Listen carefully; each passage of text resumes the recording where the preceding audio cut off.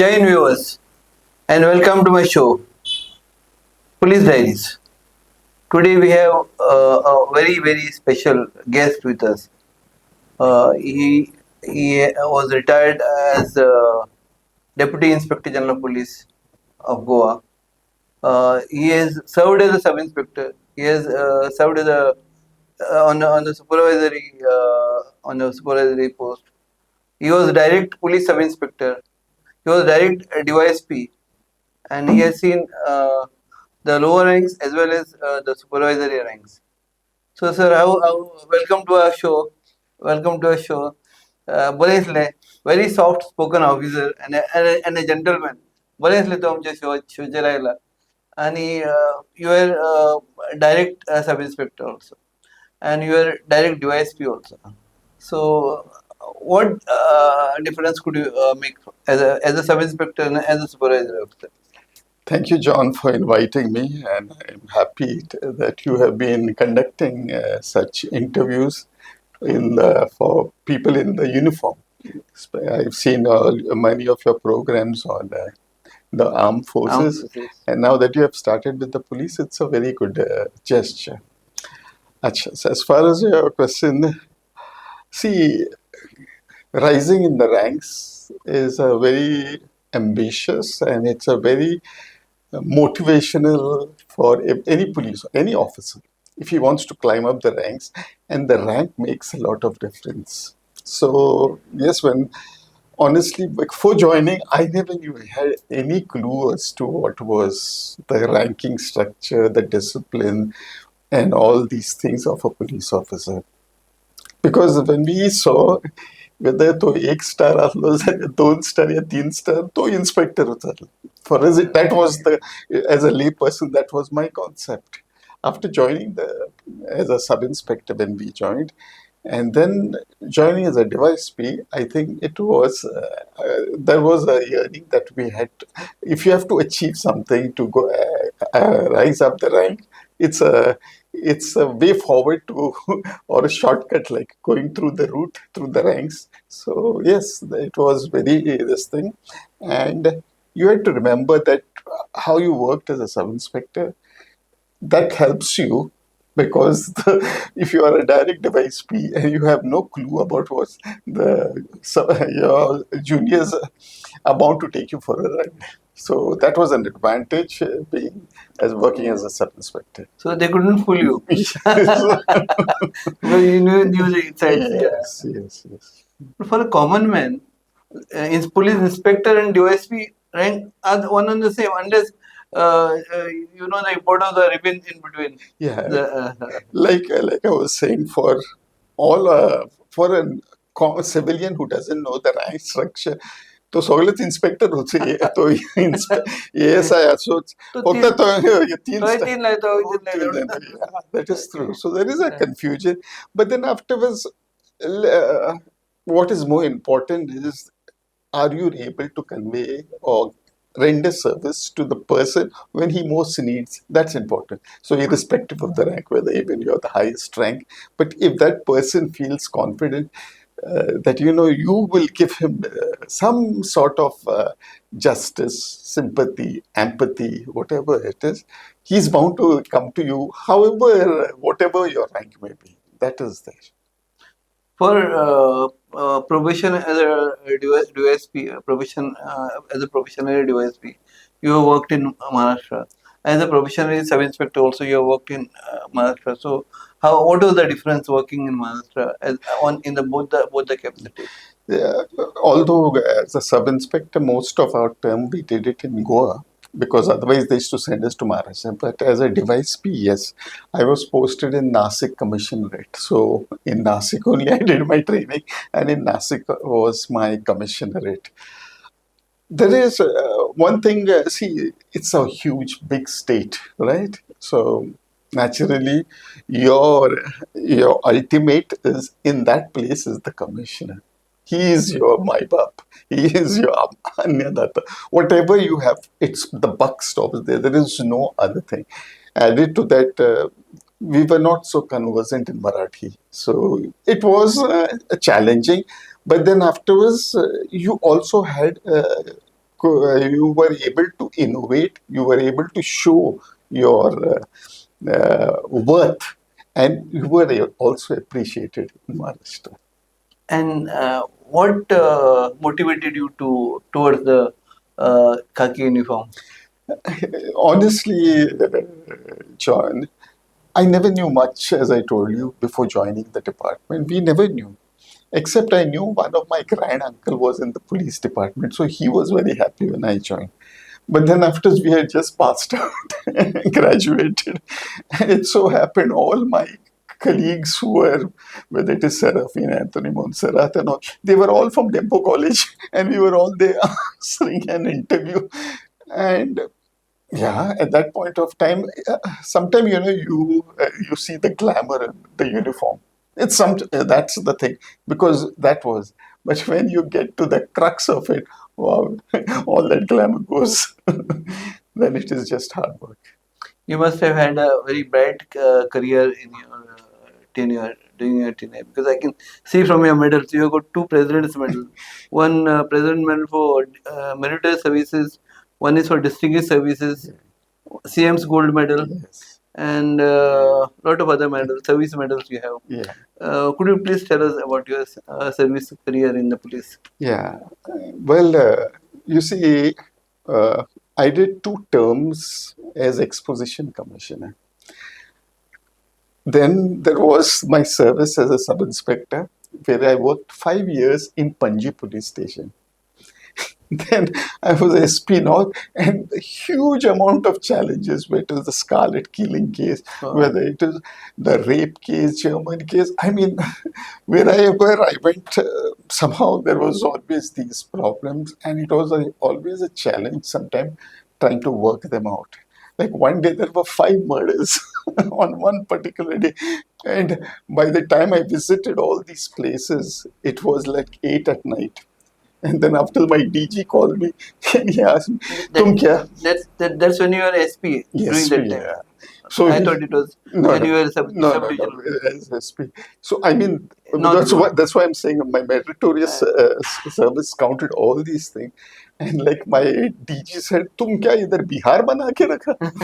So I said, sir, मुझे थोड़ा time they. I will work out because I have a clue. I have visited the places and we will get up with it. He says, कुछ भी करना. He says, otherwise we will have to face a very hostile people, press, and everything. And fortunately, we were able to achieve the breakthrough. We were able to arrest and detain those people. So all these things that happened during my career, All the murders were detected. yes. In one was actually one person killed 3 people, so it was 3 murders and 2 were separated. So all these things contributed to my meritorious service when it was this thing. I think the government appreciated it. And then subsequently my work in Arunachal Pradesh, which also counted, where I was secretary to the governor. Then and also before that, as I went as SP security.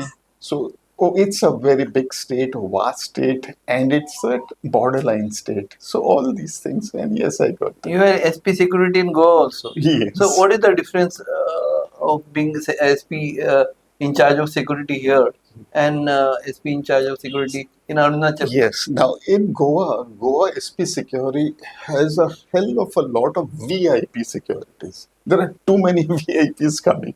There are too many conferences being. I mean, it's day in day out. It's a lot very stressing for any SP who is working on security, because during my time there was the BRIC summit. There was all these all these summit meetings. Challenging. And it's very very challenging, especially when it's heads of state. You have to deal with so many people. So this is One slight mistake. it can be this thing. Now in what is that? In Arunachal, it is a border state. Okay, border with China, which is a very hostile border. Okay, so you have to interact with a lot of the armed forces, the Indo-Tibetan border police, and all these things. So they also, whenever they're visiting, what is their programs? Then after basically it is the armed forces, whether a general is coming and all these things. So all these things we need to this thing. There is a close liaison with IB also on the ground level. So naturally these meetings do take place. So two different things, but yes, it is a security.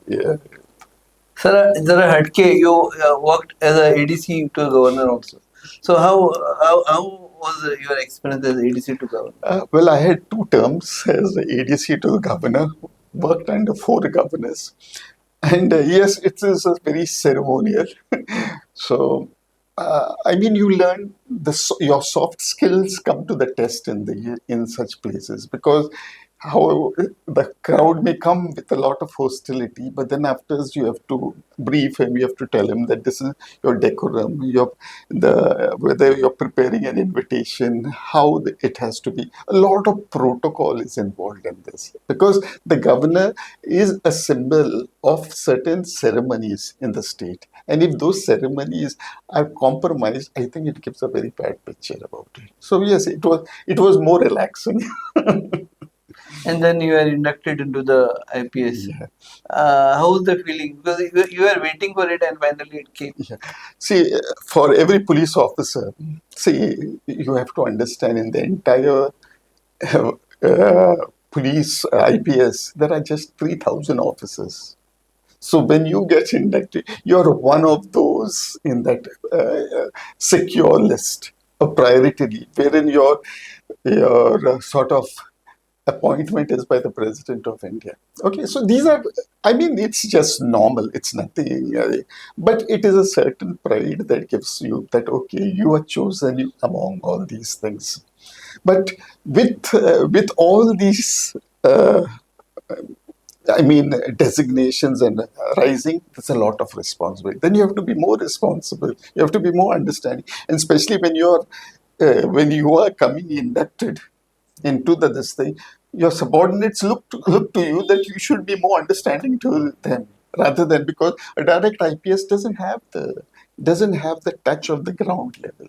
He doesn't know what is happening.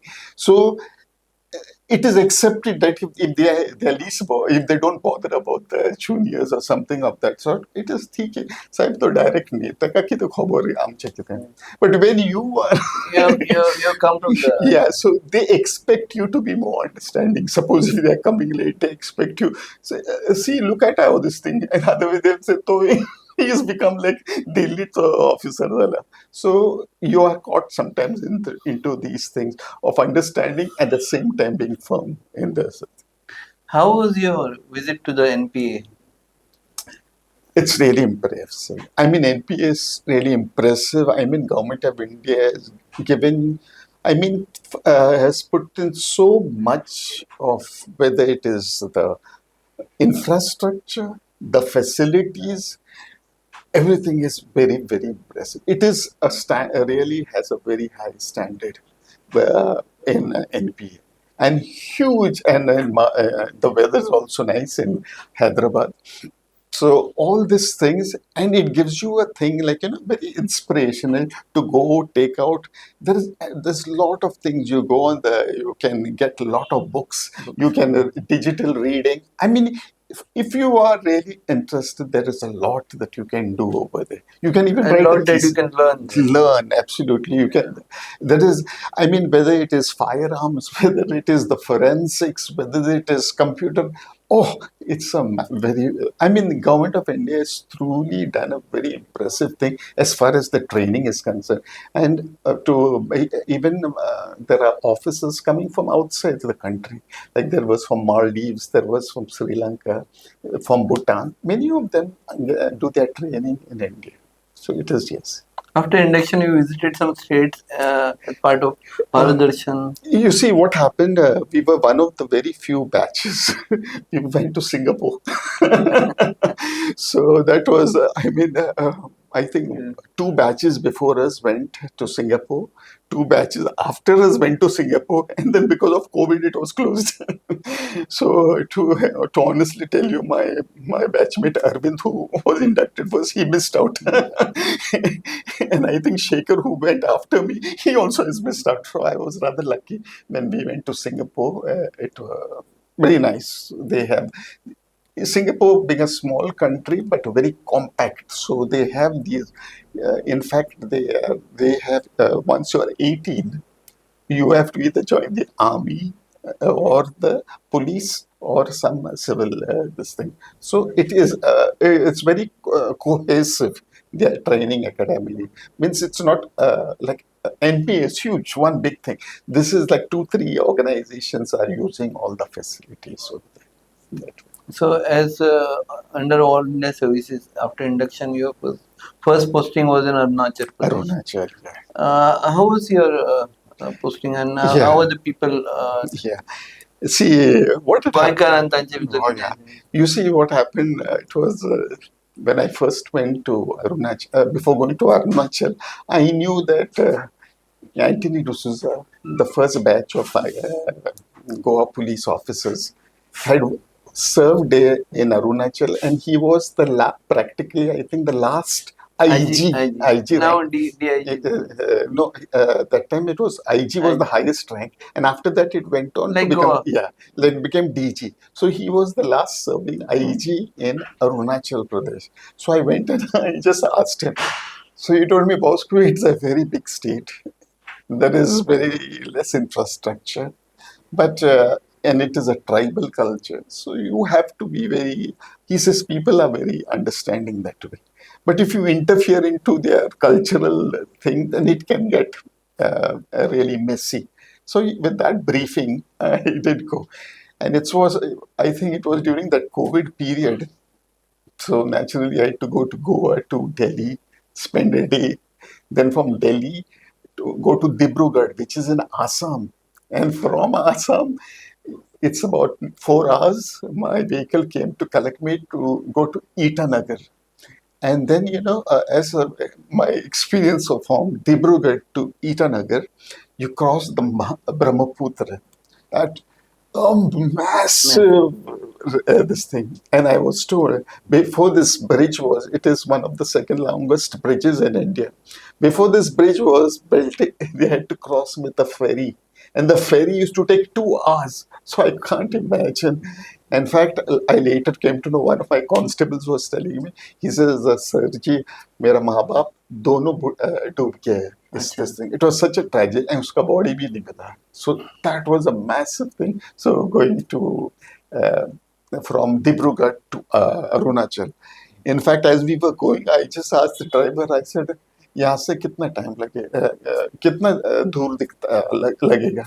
So he started, साहब जी आप वो पर्वत देखते हैं, वो है Arunachal, and this Assam is all plains over there. Yes, it was a very nice this thing. Okay, so coming back from Arunachal Pradesh, you have served as a IG prisons also. Yes. So it was, I think, a different experience. How was it? See, I was really very keen to work in the prison in my official capacity as IG prison. You see, there are lots of things that needs to be done in the prison. One of the things was, which I noticed, there was no training for the guards. So I was very keen that they should go under training. Because see, they were just appointed because you have to understand that the prison was under the civil administration. So Goa civil service officer used to be headed. So the training didn't mean a lot of this thing. When I took over as the first IG from the police department, so I realized that this was the thing that they needed training. Jail They guards needed, and all, yeah. just wearing a uniform did not make them a jail guard. I don't think they go. There was no formal training. no formal training at all. I mean, and the discipline, the hierarchy, all these things there. Besides that, there was also, I noticed, there was a now grievance addressing cell, in we had the Sampark Sabha in the police department. Of course, how well it is working, that's a question mark. But the Sampark Sabha, wherein the subordinates can voice their opinion, their differences, their difficulties to the superior officer. So that was not there. So each one was allowed to do. It was a bit haywire, and I mean, there was no real this thing. So I sort of started it. I introduced having parade for them. In fact, because I was also the commandant of the IRP, so I sent two masters from the police department to teach them how to march, how to salute, how to this thing, how to groom their hair, how to be up Yeah, to date. uniform discipline. Yeah. So all these things. So it was very. I mean, the very initial stages that I tried to work it out, and they were like demotivated because the promotional avenues were difficult. So we were trying to work out all those things. So yes, it was a good. It was like starting reinventing the wheel for them. Yes, such. How has technology changed policing? I think if you are not abreast or you don't upgrade your skills, like how they call that mentally challenged, you are technology challenged.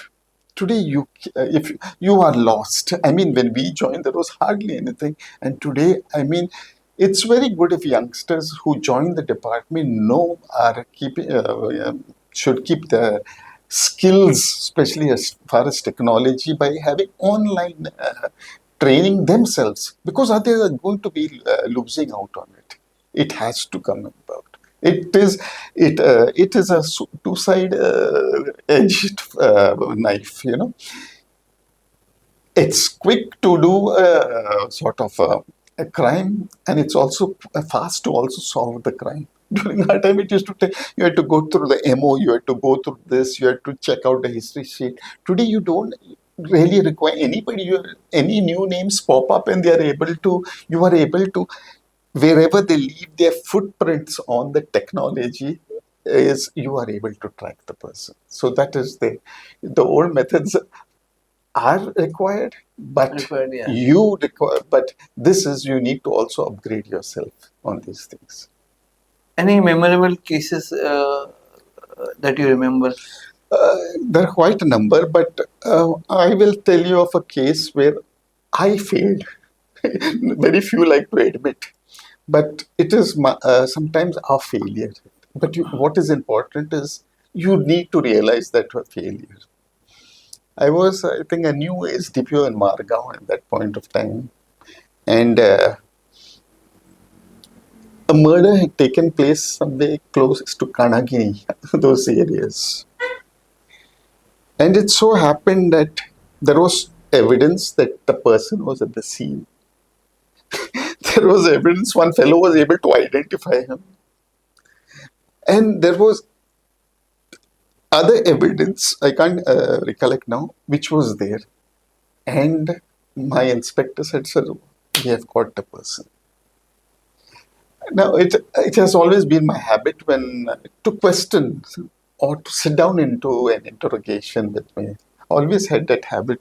If I was a senior officer, I would sit down, I would call all the officers, and I would say, "Come on, get the suspects," and we question them, take them away, and then after that, I ask them, "You all have anything? You suspect something? You suspect? You interrogate him now, bring him back again." So this is our technique. So when I sat down to him and I was questioning him, he said, "Yes, I was there. Yes, I was saying, yes, yes. But sir, I did not commit that murder. I just couldn't. Everything is against you, and this fellow is not convinced." So I went and spoke with my inspector again. I said, "See, something tells me we are not on the right path." He said, "No, no, no, sir. This is the person only." They thought I'm inexperienced in that. So this thing. But it was hitting my head that I have not caught the right person. I spoke to my SP at that time. He said, "Tu itle कित्याक घेऊन बसला रे?" He started saying, "Detect झालं पुरं." And so I was not getting this thing. Then Mr. Karnal Singh Yeah, was the DIG at that point of time. I gave him a call and I said, "Sir, can I come and discuss this case with you?" So he said, "हाँ हाँ उसको आ जाइए." So I came from Margao, he came to Panjim, and he was busy. So as I was trying to discuss, he was looking in something, doing some other work. So I said, "Sir, if I think you're busy, I'll come afterwards." He said. So he realized what he closed everything. He said, "ठीक है, बोल दीजिए." And I started narrating the entire thing. And once I'm this thing, I don't really require my case papers and all. So I was telling him, and he was asking, ये time से ये time कहाँ पर था? ये time से ये time and this time. I said, सिर्फ ये time I cannot establish, and that gives me doubt whether I've got the wrong right person. So he says, Acha, what you're saying is correct. So I said, can we do, this, what do you call that, the test? Narco. Those days it was a very expensive thing. You had to spend 40,000 for a narco analysis test, and that to send him to either. He said, boss को police का budget खत्म करने को आया क्या? So I said, ठीक है, it's okay, and I came back. I said, I'll take opinion of the PP, and based on that, I will file the charge sheet. Ask the officer to file the charge sheet. And this was going on. I got transferred in after that. And then one day, my inspector, he calls me up. It was the middle of the night. And he says, sir, I want to tell you something. I said, he says, what you were saying is correct. We did not catch the wrong person because someone else in another murder case has confessed to this murder. So that was my satisfaction that, we did not this thing. And next day, Colonel Singh called me and he said, Bosco, आपका judgment सही था. So you see, that is Otherwise, the wrong person. Others, the wrong person we would be putting inside the jail. I mean, that can never. It was always this thing. So they asked me. What you. I said, give him clear. Give him a 169. I think at that time was the section to get him out from the case, and that's how he was So cleared. these are the qualities of a good officer. No, you have to be convinced yourself. You're putting the right person inside. Then, if that that this bug is a crook, he is trying to bullshit you. Then I don't mind, compromising something. He will not deny again and again. No.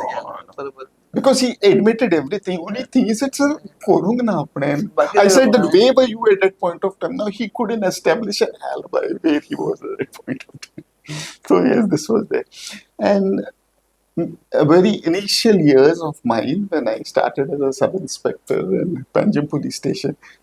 And it was during those days that this in Santa Cruz Mercedes that co-protector had just started, and okay, all those things. So maybe our names had come on the papers and all. A very young girl, she one day came and she asked, Bosco साहेब म्हणता तो कोण? So she came. So I किती झाला? So she was from the sort of economically backward class community. So she said, माझं नवरो माझ्या बरोबर काजरचं आहे ना. So we have I myself was not married at that time. So we did not have that experience to deal with such situations. Okay. So then after we condo got the fellow, don't think after they promise. But after some time, we came I learned maybe after a month or so, this girl committed suicide. That was very shocking. So when we found, she was expecting. And so she came with a lot of hope that I would be able to sort, but she never only these parts were not disclosed. So sometimes you feel, that you were not able to work that extra mile. So that's why these things always touch me, and I can't forget the rest of the case. If we detect, that's okay. But these are things. Police logan police power, but inside what he goes, he only. Absolutely. Sir, what is the role of community policing and how does it build trust between public and the police? Yeah, it's community policing it's very important in the present situation because there is a very nice saying. Every citizen is a policeman without uniform. And every policeman is a citizen in uniform. So it's very important that until and unless you create a sort of confidence in the people that, we'll go to this officer, he will listen to us. He may not able to do, but at least he'll be honest to tell you, boss, this is what I can't do. Or this is what I will do for you. So once that message goes, automatically There is a confidence built in community that this policeman is a good guy. And what is your advice to those aspiring to join the police services, police enforcement services? Yeah. My one, this thing is don't join the service for the chamak damak of your uniform. Join the service to be of service to the people who you are going to serve. If you can do that, I think you are in the right place at the right time. And Bosco साहेब आपल्या retirement टायमार किती करता? Uh, yeah, that was, you see, while I was in service, there was this NGO called Street Providence, which I saw they were taking people from the streets with mental disabilities and all. And it so happened that one person was in very bad shape. He was placed before our church. So the priest was asking me what to do. My wife was after me that you have to do something. And I said, this is not a police job. But then after I looked into it and I saw that Street Providence, headed by Donald Fernandez, was doing it. So when I saw the work were doing, he came out and I told him, "Can you?" He says, "You know, sir, the people who are harassing me the most are the policemen." So I said, "We'll sort it out with this thing." And then I told him that after retiring, I'll be of help to you. So today we are having like 181 people in our shelter homes. So that's a huge number from what it was about 10 to 12 about few years back. So, and we are following up because they are mental disabilities. So you have to follow up with the IPHB. You have to take them to hospital. You have to feed them those tablets, food, nutrition. So they are doing a very good job, and I'm just a volunteer with them. So whenever they require me, I go about. Out of satisfaction maybe. Oh, it's immense. It's immense. I mean, somehow I'm more busy while now as compared to while I was in the department.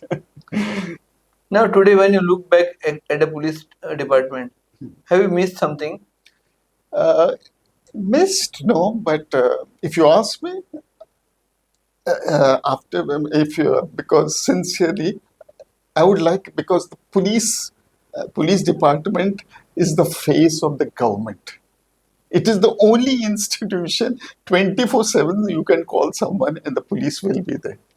Whether you get the proper response or not, that's a different matter. But that is the face of the government. If you want to abuse the government, abuse the police. So that is there. So, but when you render such good service, when you are able to give this, there is a satisfaction. It is not money that comes. It is the happiness and joy that you see in these people and say, Saib, thank you very much. That's all. So yes, I would still love to join the department. And what will be your message to the viewers? Uh, my message to the viewers is when you have committed a violation, accept that you need to be punished. Don't call up someone to help you out. You will always be a beggar. You have made you have I have done it myself. When I was once crossing the river, the bridge, I never knew I never knew that was I knew, but it skipped off my mind that you cannot go beyond 80 60 kilometers 60. So I went fast. And at the end of the bridge, the policemen were there. So I said, "Oh God, I hope they don't recognize me." But I stopped and I said, "You can give me the challan." They looked at me and they were into my. They said, "Sahib, kohe diyo hata." So accept it. Don't expect it. Accept that you have made a mistake. You have to face consequences. Once you really accept these things, you will be a better citizen. Because once bitten, twice shy. That is my message. It was nice having you on our show, Bosco साहेब. बरे असले आणि we will keep bringing more such officers to you. Keep watching Goa 19.